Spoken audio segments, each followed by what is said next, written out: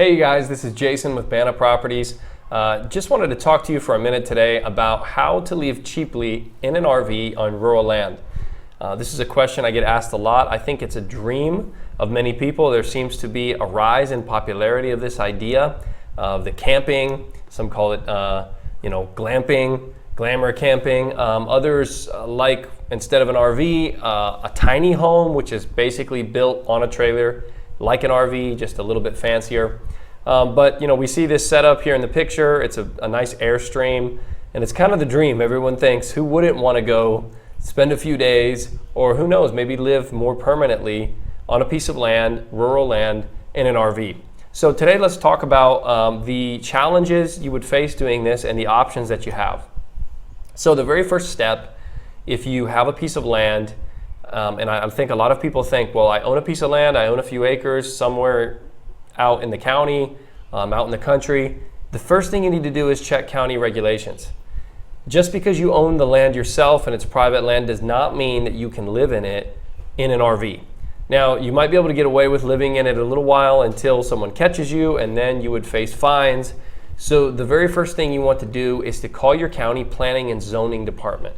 Now, this is important because depending on the state and the county and even the area that property is located in, within or outside the city limits, these things are going to be different depending on the region, and every county has different regulations. Now, that being said, there are many states and many counties in the United States that will have no restrictions and that you can freely live in your RV on.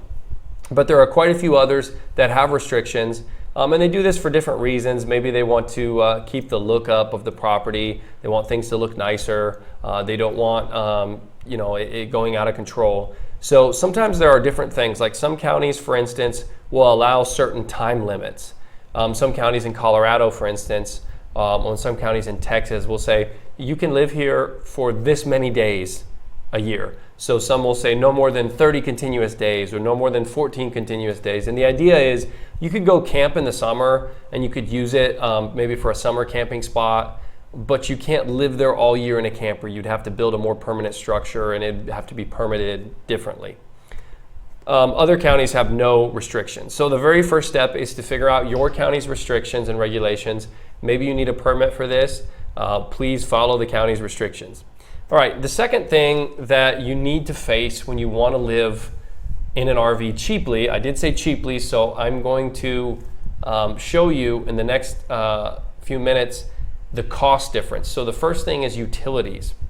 Now, when we face utilities, we have to look at the cost. Just hearing the word utilities, you're probably already thinking in dollar signs.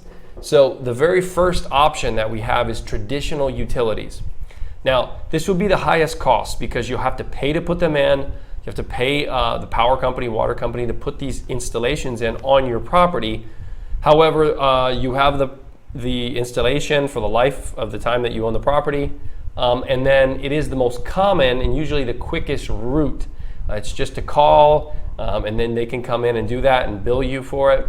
Now, the downfall is there is an ongoing cost because not only are you going to have to pay for the installation of the meter, but you're going to have to pay for monthly use. So keep that in mind.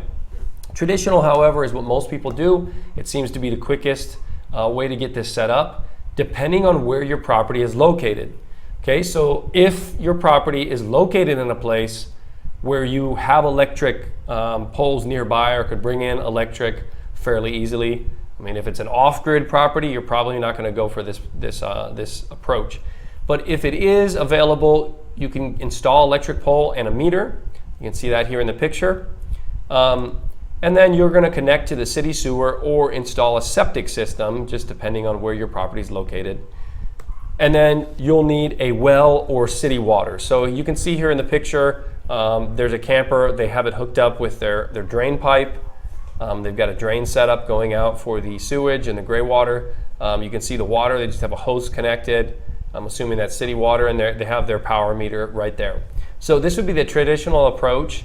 You could potentially get these set up within a few weeks, or even buy a piece of property that already has access, and you can simply have the installation or the hookup put right near where you want your RV to be. Okay, there's a second option. So many people say, well, I have rural property that I've invested in and I'd like to live there, and we're talking rural like a long ways, like hours from a city, somewhere out in nature where you want to be to enjoy it and disconnect from the busy city life. I perfectly understand that. So let's talk about an off-grid options. There are two options here for off-grid properties. And the first one here that I'm going to show you is high initial cost. In what sense? You're going to have to invest initially a lot of money up front to do this. However, there's very little ongoing cost. So you don't have monthly utility bills. You might have some maintenance for the system here and there.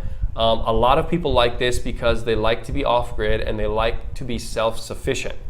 So the first thing you would need is a solar system with a battery system. So your typical solar systems, remember, a solar system generates DC voltage, direct current. It's not AC voltage, alternating current, like your house would run or like the power grid would run. Now, that being said, most of your RVs do have setups already for DC and already have inverters in them. So you would just buy a solar system for an RV use. You can get that sized based on your usage, and it will have a battery system. The nice thing about this is when there's a sunny day, it charges the batteries. When it's not so sunny day and not producing as much electricity, you still have the batteries and you can still use your lights and your electronic devices that you need. And that's a great option for RV. Now, solar systems for an RV setup are not terribly expensive. You could get this from potentially a couple $1,000s or even quite a bit less, just depending on how much you look. Now, you will need to install a septic system or an outhouse. If you're looking to live long-term on the property, it would be the best idea to install a septic system. Some people like an outhouse, especially if they're the off-grid type. This is going to depend on your county restrictions and if you need permits, if you need a perk test, for instance, and what the restrictions are in that area. I've actually bought and sold properties that already had an outhouse installed on them, which would be perfect for a person that wants to do this RV living off-grid. But you can get a septic system installed. You can even do it yourself. There are many videos on YouTube. Of course, get the county permits and follow your health department's restrictions on that. You want to make sure it's done right. Okay, and then you can dig a well or you can build a water catchment system. All right. Digging a well, I actually have a video here that you can see in another video how to dig a well types and the investment cost in that. A water catchment system is also going to depend on your state and county regulations. Now, different states have different regulations on this, so make sure you're not breaking the law before you start doing this. The simplest way is just to put a gutter on your RV, or if you have an awning built for your RV, just to have a simple rain gutter and have a catchment barrel like you see here in the picture. There are many other ways to do it with tarps. Some people use the awnings of their RV, but the idea is to catch rainwater or catch dew and condensation. All right, now if you live in a fairly dry climate, or your property is in a fairly dry climate that you like to camp on or live on in your RV, then you probably want to dig a well. Okay, now there's a final option here, which is more or less cheap and easy, but it's also not recommended for long-term stays. Now, I know we're talking about living cheaply, but I did want to put this option in here, and that's to be self-contained. And this would use the systems that are already established and set up in your RV. Your RV, in most cases, your camper or RV, actually already has systems in order to be able to camp for maybe a week or two without having to connect to the other systems. So you can use the water tanks, the batteries, and the gray water tanks that are already in your RV. They also have propane-powered appliances, which are available, not only a stove, but they do have propane-powered fridges for RVs. So with a couple of propane tanks, loading up your water tanks, charging up your batteries, you could easily go out and stay for possibly a couple of weeks. And you will need a plan if you decide to do this for recharge, ideally maybe a small generator to recharge your battery systems, or maybe a little bit of a solar system to recharge. And you'll need to dispose of your gray water. There are actually rolling gray water disposal tanks that you can just roll under, fill up with your gray water, and then put it in the back of a truck or a car and go somewhere where you can dispose of it. Other places where you camp will actually have places you can drive your camper over, and you can just drain the gray water, which is obviously your toilet water and your dirty water. So that's another option that you have. Now, a final step to consider when you're considering living cheaply on your property, on your land, in an RV, and that's the pad.